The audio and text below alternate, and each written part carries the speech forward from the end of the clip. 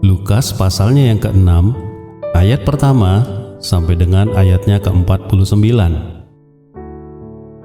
Pada suatu hari Sabat, ketika Yesus berjalan di ladang gandum, murid-muridnya memetik bulir gandum dan memakannya, sementara mereka menggisarnya dengan tangannya. Tetapi beberapa orang Farisi berkata, "Mengapa kamu berbuat sesuatu yang tidak diperbolehkan pada hari Sabat?" Lalu Yesus menjawab mereka, "Tidakkah kamu baca apa yang dilakukan oleh Daud ketika ia dan mereka yang mengikutinya lapar? Bagaimana ia masuk ke dalam rumah Allah dan mengambil roti sajian, lalu memakannya dan memberikannya kepada pengikut-pengikutnya? Padahal roti itu tidak boleh dimakan kecuali oleh imam-imam." Kata Yesus lagi kepada mereka, "Anak manusia adalah Tuhan atas hari Sabat." Pada suatu hari Sabat lain, Yesus masuk ke rumah ibadat lalu mengajar. Di situ ada seorang yang mati tangan kanannya. Ahli-ahli Taurat dan orang-orang Farisi mengamati Yesus kalau ia menyembuhkan orang pada hari Sabat, supaya mereka dapat alasan untuk mempersalahkan dia. Tetapi ia mengetahui pikiran mereka, lalu berkata kepada orang yang mati tangannya itu, "Bangunlah dan berdirilah di tengah." Maka bangunlah orang itu dan berdiri. Lalu Yesus berkata kepada mereka, "Aku bertanya kepada kamu, manakah yang diperbolehkan pada hari Sabat? Berbuat baik atau berbuat jahat? Menyelamatkan nyawa orang atau membinasakannya?" Sesudah itu ia memandang keliling kepada mereka semua lalu berkata kepada orang sakit itu, "Ulurkanlah tanganmu." Orang itu berbuat demikian dan sembuhlah tangannya.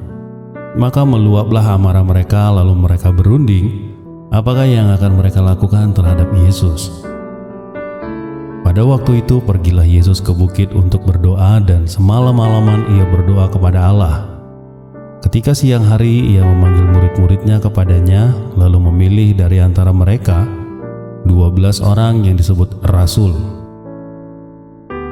Simon yang juga diberi namanya Petrus, dan Andreas saudara Simon, Yakobus dan Yohanes, Filipus dan Bartolomeus, Matius dan Thomas, Yakobus anak Alfeus dan Simon yang disebut orang Zelot, Yudas anak Yakobus, dan Yudas Iskariot yang kemudian jadi pengkhianat. Lalu ia turun dengan mereka dan berhenti pada tempat yang datar. Di situ berkumpul sejumlah besar dari murid-muridnya dan banyak orang lain yang datang dari seluruh Yudea dan dari Yerusalem dan dari daerah pantai Tirus dan Sidon. Mereka datang untuk mendengarkan dia dan untuk disembuhkan dari penyakit mereka. Juga mereka yang dirasuk oleh roh-roh jahat beroleh kesembuhan. Dan semua orang banyak itu berusaha menjamah dia, karena ada kuasa yang keluar daripadanya, dan semua orang itu disembuhkannya. Lalu Yesus memandang murid-muridnya dan berkata, "Berbahagialah, hai kamu yang miskin, karena kamulah yang mempunyai kerajaan Allah. Berbahagialah, hai kamu yang sekarang ini lapar, karena kamu akan dipuaskan. Berbahagialah, hai kamu yang sekarang ini menangis, karena kamu akan tertawa. Berbahagialah kamu jika karena Anak Manusia orang membenci kamu, dan jika mereka mengucilkan kamu dan mencela kamu serta menolak namamu sebagai sesuatu yang jahat. Bersukacitalah pada waktu itu dan bergembiralah, sebab sesungguhnya upahmu besar di sorga. Karena secara demikian nenek moyang mereka telah memperlakukan juga demikian kepada para nabi. Tetapi celakalah kamu, hai kamu yang kaya, karena dalam kekayaan kamu telah memperoleh penghiburanmu. Celakalah kamu yang sekarang ini kenyang, karena kamu akan lapar. Celakalah kamu yang sekarang ini tertawa, karena kamu akan berduka cita dan menangis. Celakalah kamu jika semua orang memuji kamu, karena secara demikian juga nenek moyang mereka telah memperlakukan nabi-nabi palsu. Tetapi kepada kamu yang mendengarkan aku berkata, kasihilah musuhmu, berbuatlah baik kepada orang yang membenci kamu, mintalah berkat bagi orang yang mengutuk kamu, berdoalah bagi orang yang mencaci kamu. Barang siapa menampar pipimu yang satu, berikan juga kepadanya pipimu yang lain.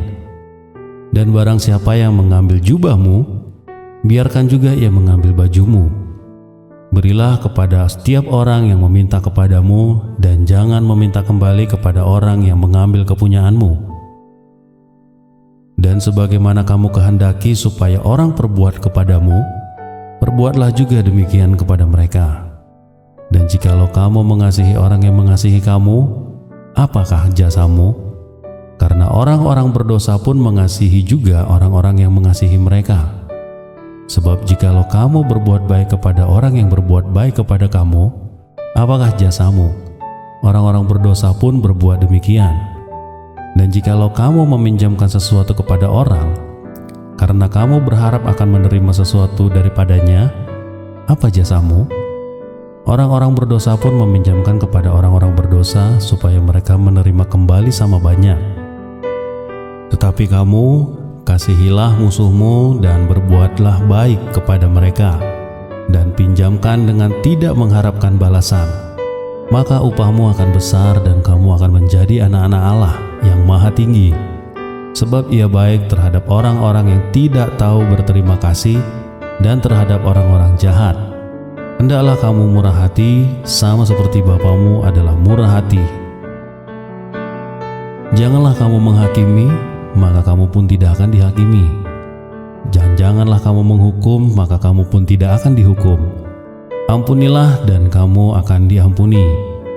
Berilah dan kamu akan diberi. Suatu takaran yang baik, yang dipadatkan dan digoncangkan, dan yang tumpah keluar akan dicurahkan ke dalam ribaanmu. Sebab ukuran yang kamu pakai untuk mengukur akan diukurkan kepadamu. Yesus mengatakan pula suatu perumpamaan kepada mereka.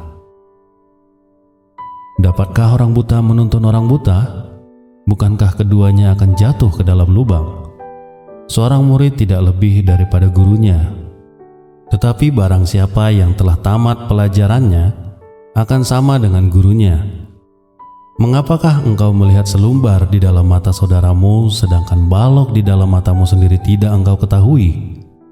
Bagaimanakah engkau dapat berkata kepada saudaramu, "Saudara, biarlah aku mengeluarkan selumbar yang ada di dalam matamu," padahal balok yang di dalam matamu tidak engkau lihat? Hai orang munafik, keluarkanlah dahulu balok dari matamu, maka engkau akan melihat dengan jelas untuk mengeluarkan selumbar itu dari mata saudaramu. Karena tidak ada pohon yang baik menghasilkan buah yang tidak baik, dan juga tidak ada pohon yang tidak baik yang menghasilkan buah yang baik. Sebab setiap pohon dikenal pada buahnya. Karena dari semak duri orang tidak memetik buah ara, dan dari duri-duri tidak memetik buah anggur.